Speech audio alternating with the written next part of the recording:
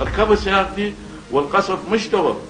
رحت دمشق ما عندنا، قمت اسال وين القياده السوريه، وين النادي العسكري، فلاقاني عريف. قلت له بابا انا امر لواء جاي من العراق واريد اشوف احد من القياده. قال لي سيدي القياده العامه كلها بجبل قاسيون بالملجأ. فودوني يا محافظ اسد، كانت غرفه بطن غرفه جبل قاسيون اللي هذا نسمع به. لا اول ما دخلت سلمت عليهم، انا تدري ضربه وما ادري من القصه. قالوا تعال تعال سلم على السيد الرئيس.